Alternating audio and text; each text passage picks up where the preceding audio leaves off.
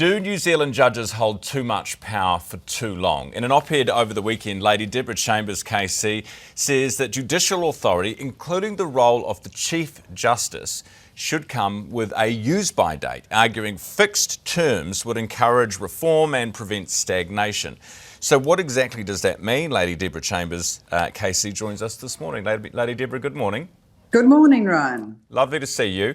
Tell me, what are you writing about here? What's the point you're getting at? Well, the main point I'm getting at is in New Zealand, we appoint our senior judges, the administrative roles, permanently.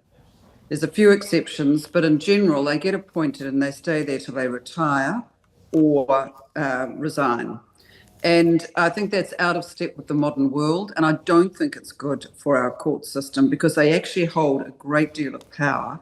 And I think renewal and a much faster turnover in accordance with the private sector and indeed the government sector in terms of running big state departments would be better.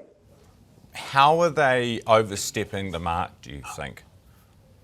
Well, I don't think anyone's overstepping the mark, but I think the problem with chief judges staying in place for 10, 15, 20 years is that, inevitably, even if they're wonderful at their role and so on, it becomes a bit stagnant. And also, I do think our justice system needs some pretty significant reform, and it would be better to have people coming in for 5 to 7 years, making changes, and then giving it to someone else with other proficiencies and other ideas.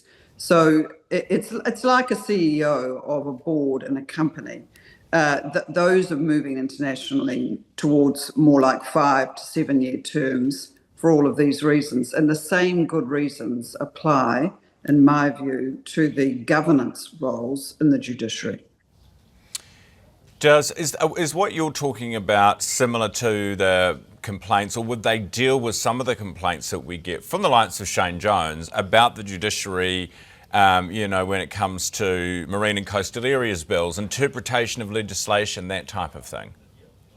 Yeah, well, I think that that's not quite the same because this is, I'm not really talking about judicial decision making. I'm talking about the administrative side of running those courts, which is pretty important from a consumer's viewpoint. And we know there's a lot of consumers out there who are not happy with it.